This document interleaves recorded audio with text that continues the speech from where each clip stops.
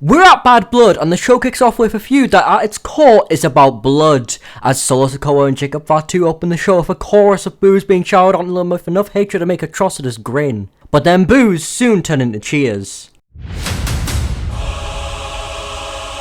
The original, or better yet, the only tribal chief is here! The crowd are elated, but they're equally excited to see their hometown hero. Wrestling has more than one royal family. The champ is here! The crowd are at a fever pitch! And with that, the bell rings, the match is underway! And Cody and Solo kick off the match with pure strikes. The hatred is on true display, but Cody gets on top and lets Roman enter the match. It's a stare down for the ages! However, Solo tags in his enforcer, which makes the crowd pop louder than ever before! A dream altercation can finally happen! But then Cody tags himself back in. He wants vengeance on Jacob Fatu, which clearly rubs Reigns the wrong way. However, he lets it happen, and thus Jacob and Cody begin fighting. They're going at it as if there's no tomorrow, but Jacob is too much for the American Nightmare to handle. Thus Cody is isolated. He's been worn down by both Jacob and Solo, but he won't stay down. He won't be denied. He keeps on fighting no matter what's thrown at him, but he eventually finds an opening and takes it. And with a tag to Roman Reigns, we finally get Reigns taking on Sikoa, and Roman dominates. He's all over the Timu Tribal Chief. That is until Solo manages to tag back into Jacob Fatu. And the two men start going at it. They're throwing everything at each other to keep the other down. But Reigns is getting overwhelmed. Jacob is an entirely different beast. However, Solo wants to finish the job. So whilst Cody and Jacob fight on the outside, Solo looks to hit a Samoan spike onto Roman. But Reigns counters and manages to nail a Superman punch onto Solo. It's looking bleak for the former enforcer. So here comes the rest of the bloodline. Everyone hates it. Cody and Jacob are still busy fighting on the outside. No one can stop Tama Tonga and the infamous Tonga Loa. That is until... Ladies and gentlemen, my name is Paul Heyman. And I not only acknowledge my tribal chief, Roman Reigns, but I also acknowledge one of his most loyal disciples. Jey Uso is back, and he cleans house. He takes out the tag champions with a chair, and then he acknowledges Roman Reigns. But Jacob is taking care of Cody. However, as he's on the apron, Reigns nails a spear through the ropes to the outside. The enforcer is done, and so is Solo. As with a spear, Reigns picks up the win for the Dream Team. Everyone is elated at the big time win. But Reigns goes to pick up the WWE Championship that he held so dear for so long. And Cody doesn't like this, so he snatches his gold back from Reigns as he says, Roman, this isn't your yard anymore, this is mine. I beat you, and you don't deserve a second chance, because you cannot change. You will always be a monster. Cody lays down the law on Roman. The crowd are in shock, and Reigns simply smirks, then nails a spear onto Cody, and with that, he walks to the back of his family, leaving Cody in a broken, lifeless mess in the middle of the ring. And yes, this would set up Roman Reigns versus Cody free at Crown Jewel. But regardless, it's time for the Women's World Championship match between Rhea Ripley and Liv Morgan in a street fight, with Dirty Dum Dum in a shark cage. Thus, Liv Morgan blindsides Rhea with a championship in hand. She smashes her belt into her over and over before the match can even begin, but then she relents and throws her opponent in the ring, and with that, the match officially begins, although the beatdown from Liv continues. She's all over Rhea, but she can't seem to put her away, so she goes to find weapons to destroy the star. However, that gives Rhea a chance to recover, and as soon as the champ gets back inside of the ring, something snaps inside of Rhea as she goes completely berserk on Morgan. She batters Liv with weapons and strikes. She even powerbombs Liv onto the announcer's table and suplexes her off of it. It's looking bleak for the champion, but no one from Judgment Day could come to save her. No male anyways.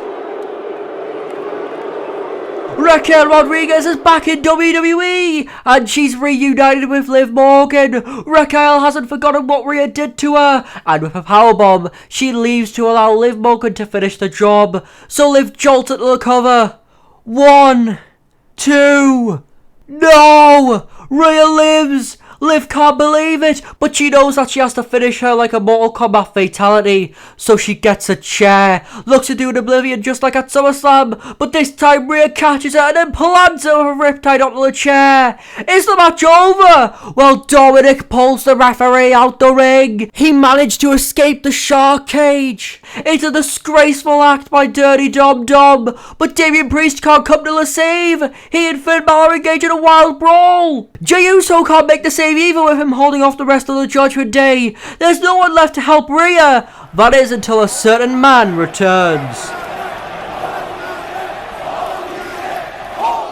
Dominic looks like he's seen a ghost, and he runs away from Becky Lynch. And with a nod of respect between Rhea and Becky, Becky walks up the ramp to hold off Raquel. There's chaos wherever you turn, so Rhea gets a stack of chairs, puts them in the ring, and puts Liv onto the top rope, and then nails an avalanche riptide. Rhea wins. She overcomes Liv Morgan and regains the championship she never lost. It's a heartwarming moment for Rhea, but she knows her night is far from done, as she goes to help in the fight against the new Judgment Day, while Balor and Priest continue their fight towards the ring. And their first blood match follows Rhea's big time win, and the match is a similar car crash, although both men focus on just hurting each other. They don't care about making the other bleed, although it would be a bonus. Priest even manages to nail a South of Heaven chokeslam onto Balor, but he doesn't care. He wants to continue hurting the Prince, so he sets up a table onto the outside. However, Balor grabs a chair and nails it into Priest's stomach. Then Balor gets sinister thoughts. He puts Priest onto the table, climbs to the top rope,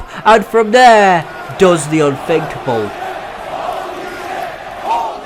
Priest is done, and Balor knows it. He throws the corpse into the ring and just waits with a chair in hand. He just observes as Priest gets to his feet, but then Balor does something no one expected as he hits Priest with a chair in the face. The crowd are forced into silence, but Priest hasn't bled, so Balor just sits and waits, and eventually Priest stumbles to his feet again, and Balor hits Priest with another chair shot to the skull again, and he does this over and over and over until Priest draws blood. Balor wins, and in the end, the new Judgment Day completely stand tall. But who will stand tall in the Women's Championship match between the champion Nia Jax and the challenger Bayley? While the match is underway and Bayley is desperately trying to take the advantage in the early stages of the contest, as she even manages to send the Queen to the outside and then proceeds to dive onto her. Bayley won't let up, so Nia needs to create separation, which she does as she hurls Bayley into the barricade. And from there, Nia dominates. She completely dismantles a smaller role model, but no matter what she does, she can't seem to put her away, so she goes into the corner. She's going to attempt to dive and crush Bayley. However, Bayley manages to get up and hit her off. Can she overcome the odds and regain the Women's Championship? Well, here comes Tiffany Stratton. She won't let her friend be beaten, but Naomi fends her off. It's going to be a fair one-on-one match. Although the brawling distracts Bayley long enough for Nia to gain back control of the match, it's looking hopeless for the challenger. That is until Nia hears something unnatural. Charlotte Flair is back in WWE, and she has her target set on her fellow queen, which Nia is furious about, but her fury is her own undoing, as Bayley manages to sneak up on Nia with a roll-up to become champion. Everyone can't believe it! Charlotte has screwed Nia out of the Women's Championship, but why? Well, before we find out very quickly, as when Bayley is celebrating, Charlotte nails Nia with a kendo stick, but that's not all, as she nails a shot onto Bayley as well. Charlotte sends a message to everyone, including Miss Money in the Bank, as Tiffany Stratton comes down to the ring after fending off Naomi. Is she going to cash in? Well, with Charlotte in her way, she's unsure if it's worth the fight, but Flair doesn't want one, as she unbelievably leaves. No one can believe it. Tiffany's cashing in, and Charlotte is allowing it. And with the prettiest moonsault ever, we see another new champion.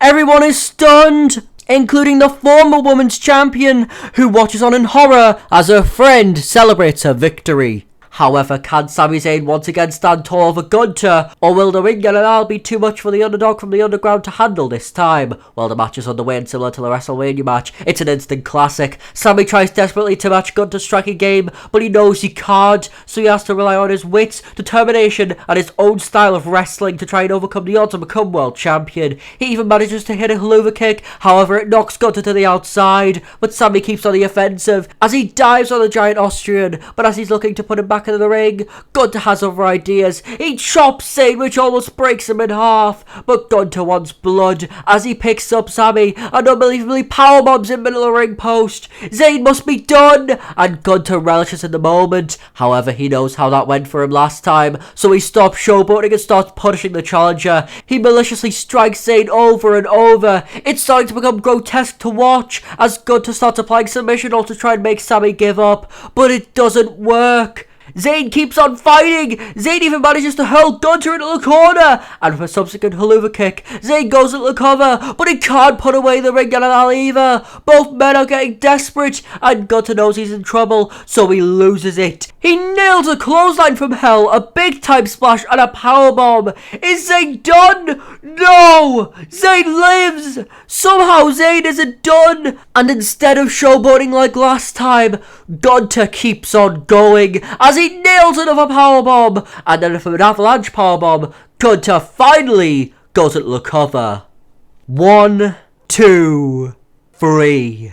Gunter retains. Zayn was so close yet so far, but regardless, the ring general stands tall with his reign intact. But the main event doesn't involve championships. It involves two men who can't stand each other, two men who hate each other's guts, coming together for their last dance. Drew McIntyre versus CM Punk. Both men will do anything to destroy one another, and now they can inside hell in a cell. And as soon as the match begins, carnage erupts. Both men brawl as if their lives depends on it. Even the cell can't keep them as McIntyre hurls Punk through part of the structure, and from then the fighting doesn't end. Both men hit each other although Drew gets on top, but he has an idea, and he begins climbing the structure. He even tells Punk to join him if he has the balls, which he does. So both men get on top of the structure. Both men are in a precarious position. This is a do-or-die situation, as McIntyre even manages to nail a Future Shock DDT alongside a Claymore,